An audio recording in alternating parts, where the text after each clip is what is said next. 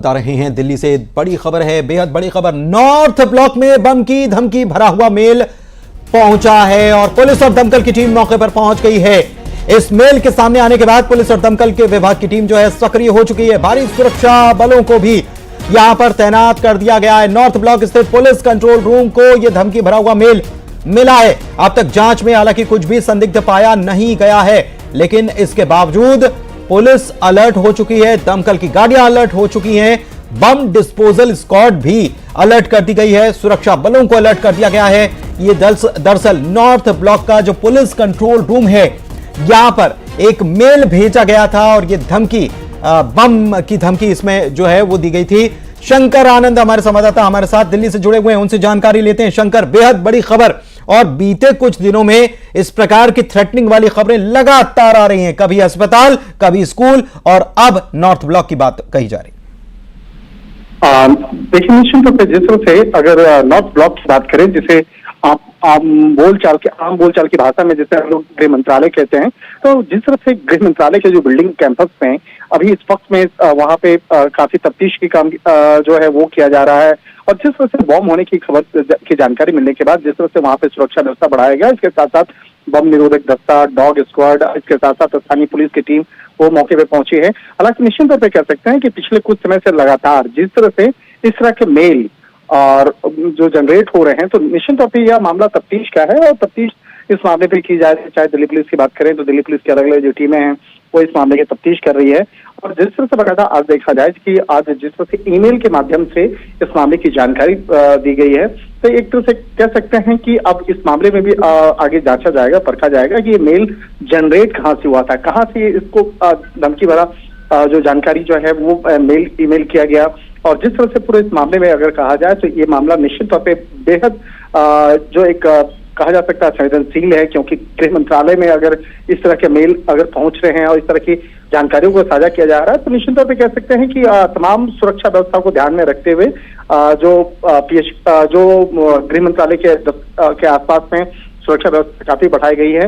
और पिछले कुछ समय पहले की अगर बात करें तो जिस तरह से लगातार कई स्कूलों में और इसके साथ साथ अस्पतालों में इस तरह की जो जानकारियां साझा की गई थी, जिसके चलते काफी एक कहा जा सकता है कि दिल्ली के अंदर में काफी परेशानी हुई थी काफी लोगों को। तो एक तरह से कह सकते हैं कि ये मामला बेहद संवेदनशील है और मामले की तफ्तीश दिल्ली पुलिस के द्वारा की जा रही है। ठीक है, आप नजर बना के रखिएगा। बहुत शुक्रिया फिलहाल इस जानकारी के लिए।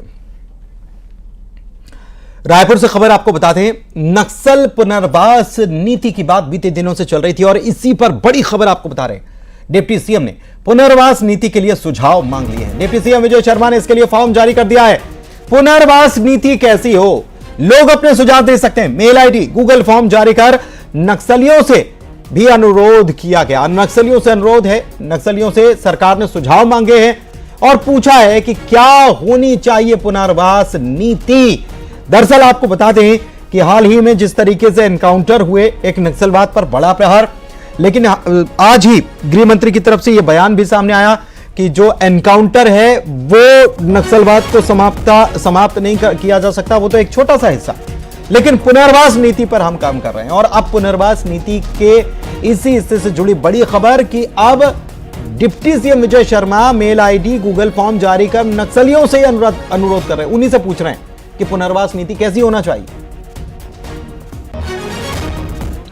उन्हीं से पूछ लिया जाए, माओवादियों से पूछ लिया जाए कि समर्पण की नीति में आप क्या चाहते हैं। इसके लिए कोशिश ये की गई कि जो लोग जाकर के अंदर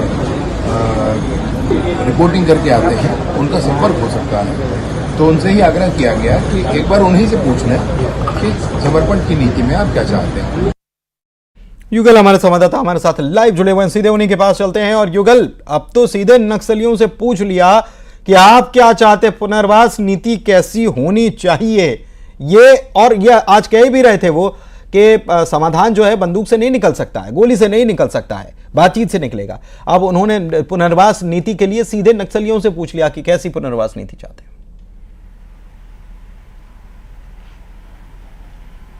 जी बिल्कुल पुनीत, अगर हम छत्तीसगढ़ के बात करें तो 11 से 12 ऐसे ज़िले हैं जो माओवाद प्रभावित ज़िले हैं और इसमें इस तरह से मुठभेड़ आए दिन होते रहती है। माओवादी भी मारे जाते हैं, हमारे जवान भी शहादत को प्राप्त करते हैं। तो इस तरह से जो मुठभेड़ है वो लगातार होते रहते हैं। अभी फिलहाल लगातार माओवादियों के जो है मुठभेड़ हो रहा है, जिसमें कई माओवादी अब तक मारे जा चुके हैं। और जिस तरह से गृह मंत्री डिप्टी सीएम विजय शर्मा ने साफ तौर पर कहा है कि आखिर पुनर्वास नीति किस तरह की होनी चाहिए, उन पत्रकारों से भी पूछा है। साथ ही साथ जो पत्रकार कवरेज करने जाते हैं, इस दौरान कभी गाहे बगाहे माओवादियों से मुलाकात हो जाती है तो उनसे भी सलाह लेने की बात उन्होंने कही है। मुख्य रूप से ये कहा जा सकता है कि सरकार की मंशा यही है, जो माओवादी समाज के मुख्य धारा से कट करके माओवादी बने हुए हैं और आखिर वो समाज की मुख्य धारा में आए जुड़े, आखिर जो माओवादी समर्पण करते हैं तो उसके लिए पुनर्वास नीति किस तरह से होनी चाहिए, किस तरह से उन्हें फ़ायदा मिले, उनके परिवार को किस तरह से फ़ायदा मिल सके। बहुत सारे ऐसे माओवादी हैं जो इस तरह से जो मुख्य धारा से कट करके माओवादी बन जाते हैं और वो फिर से वापस आते हैं। अगर हम छत्तीसगढ़ में बात करें तो लगातार माओवादी हैं, 223 से अधिक ऐसे माओवादी हैं जो नक्सली थे, उन्होंने मुख्य धारा में ज्वाइन किया है, आत्मसमर्पण किया है। अगर हम इनकाउंटर की बात करें तो 100 से अधिक जो माओवादी हैं उन्हें हमारे सुरक्षा बलों ने, सुरक्षा एजेंसियों के जवानों ने मार गिराया है। तो इस तरह के मुठभेड़ है लगातार जारी है। और अभी के अगर हम परिदृश्य की बात करें 4 महीने की, तो 4 महीने के भीतर लगातार इनकाउंटर्स हो रहे हैं और माओवादी को भारी नुकसान हो रहा है। तो सरकार चाह रही है, खुद डिप्टी सीएम चाह रहे हैं कि कहीं ना कहीं जो भटके हुए माओवादी हैं वो मुख्य धारा में आ जाए, जुड़ जाए। और यही वजह है ईमेल आईडी गूगल जारी करके उनसे जो तगड़ी स्ट्रैटेजी बनाई है कि हम तो नक्सलियों से पूछ लेंगे कि आप क्या चाहते हैं, कैसी पुनर्वास नीति चाहते हैं। पत्रकारों से भी उन्होंने ये अपील की है कि अगर आपका संपर्क होता है तो उनसे पूछ लीजिए। बहुत शुक्रिया युगल आपका इस जानकारी के लिए। बड़ी खबर इंदौर से, जहां पर एक एमबीबीएस डॉक्टर साइबर ठगी के शिकार हो गए। जी हां, डॉक्टर को साइबर ठगी का शिकार कर दिया गया। और यह भी बड़ी बात यह है कि ऐसा ये पहली बार नहीं हुआ, लगातार ऐसे डॉक्टर्स जो हैं वो साइबर ठगों के निशाने पर है। इसलिए यह खबर डॉक्टर्स के लिए खास तौर पर है, क्योंकि साइबर ठग जो है आपको टारगेट करके बैठे। साइबर ठगों ने 24 घंटे तक एमबीबीएस डॉक्टर को डिजिटली बंधक बनाकर रखा। इस दौरान साइबर ठगों ने डॉक्टर से कुल 3 लाख रुपए ठग लिए। ठगी का शिकार हुए डॉक्टर कश्यप शाह ने इंदौर क्राइम ब्रांच पहुंचकर शिकायत की। डॉक्टर साहब बदमाशों के झांसे में ऐसे फंसे कि 24 घंटे डिजिटली अरेस्ट हो गए। इस दौरान साइबर ठग उन्हें लगातार धमकाते रहे। कंप्लेंट रजिस्टर की गई है, जिसमें जो पीड़ित है उसके द्वारा ये बताया गया वो पेशे से डॉक्टर है और अभी जो कि एमडी कर रहा, मास्टर्स कर रहा है।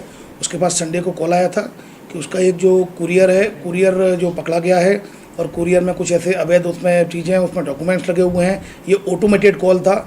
ऑटोमेटेड कॉल के बाद फिर उनके द्वारा बताया गया, मुझे एक्सटेंशन में लिया गया, साइबर क्राइम में लिया गया, फिर सीबीआई में लिया गया, फिर मुझसे मुंबई आने के लिए बोला गया। तो मैंने मना कर दिया, मुंबई नहीं आ पाऊँगा। तो उन्होंने बोला कि आपको इन्वेस्टिगेशन में सहयोग करना होगा। अलग अलग एजेंसीज का नाम लेकर उससे 3 लाख रुपए की धोखाधड़ी कर ली गई है। फिलहाल इस केस को क्राइम ब्रांच में रजिस्टर कर लिया गया है इसे और कंप्लेंट को। और इसमें किन किन अकाउंट्स में पैसा गया है, स्काइप आईडी जो यूज की गई है, इन सारी जो टेक्निकल एविडेंसेज के आधार पर जांच की जा रही है।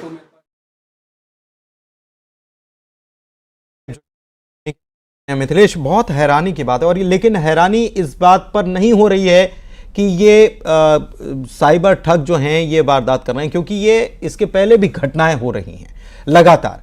हैरानी इस बात की है कि डॉक्टर्स जो हैं वो लगातार शिकार हो रहे हैं। और अभी ये अगर देखा जाए बीते कुछ महीनों में, तो ये तीसरी से चौथी घटना है मध्य प्रदेश में ही कि डॉक्टर्स को इसी तरीके से साइबर अरेस्ट कर लिया जाता। उनके समझ में नहीं आता कि क्या किया जाए और फिर ऐसे ही वो पैसे उनसे ठग लिए जाते। बिल्कुल पुनीत, सही कहा आपने कि इस वक्त डॉक्टर शिकार हो रहे हैं। और अगर बीते 1.5 से 2 महीने की बात की जाए तो इंदौर में ये डॉक्टर के साथ की दूसरी घटना है।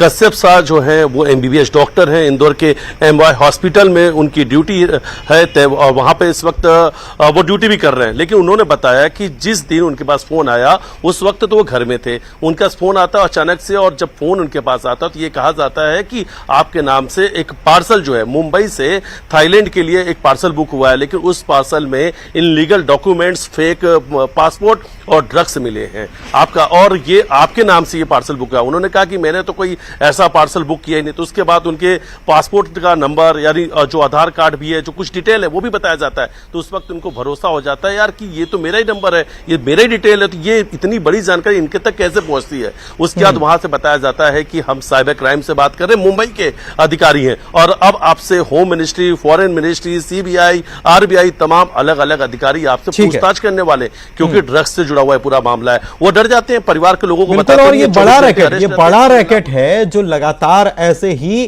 खास तौर पर उन लोगों को, ऐसी लोगों को टारगेट कर रहा है जो कहीं ना कहीं कोई डॉक्टर है, कोई इंजीनियर है, सॉफ्टवेयर इंजीनियर है, इसी तरीके के लोगों को जो है टारगेट करके और उनको ठगने का काम कर रहा है। देखना होगा कब इसका खुलासा होता है, लेकिन डॉक्टर्स को सावधान रहना चाहिए। बहुत शुक्रिया मिथिलेश आपका इस जानकारी के लिए। बढ़ते हैं आगे। भारत में 8 दिन से लापता बांग्लादेश के सांसद अनवारुल अजीम अनार कोलकाता के एक फ्लैट में मृत पाए गए। कोलकाता पुलिस ने बताया कि सांसद अनवारुल का शव न्यू टाउन इलाके में संदिग्ध परिस्थितियों में मिला है। पुलिस ने इस मामले में 3 बांग्लादेशियों को गिरफ्तार किया है, साथ ही इसे प्री प्लान मर्डर बताया है। सांसद अनवारुल 12 मई को इलाज के लिए कोलकाता आए थे। इसके अगले ही दिन वे लापता हो गए। अनवारुल का 13 मई से फोन भी बंद आ रहा था। इसके बाद 17 मई को उनका फोन बिहार के किसी इलाके में कुछ देर के लिए ऑन किया गया। पुलिस का यह कहना है कि उनके फोन से परिवार के सदस्यों को संदेश भेजे गए कि वो नई दिल्ली के लिए रवाना हुए हैं। अनवारुल अजीम अनार प्रधानमंत्री शेख हसीना की अवामी लीग पार्टी के सांसद।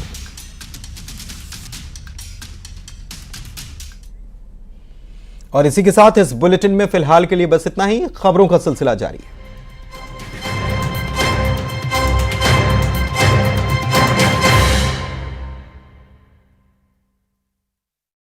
जंगल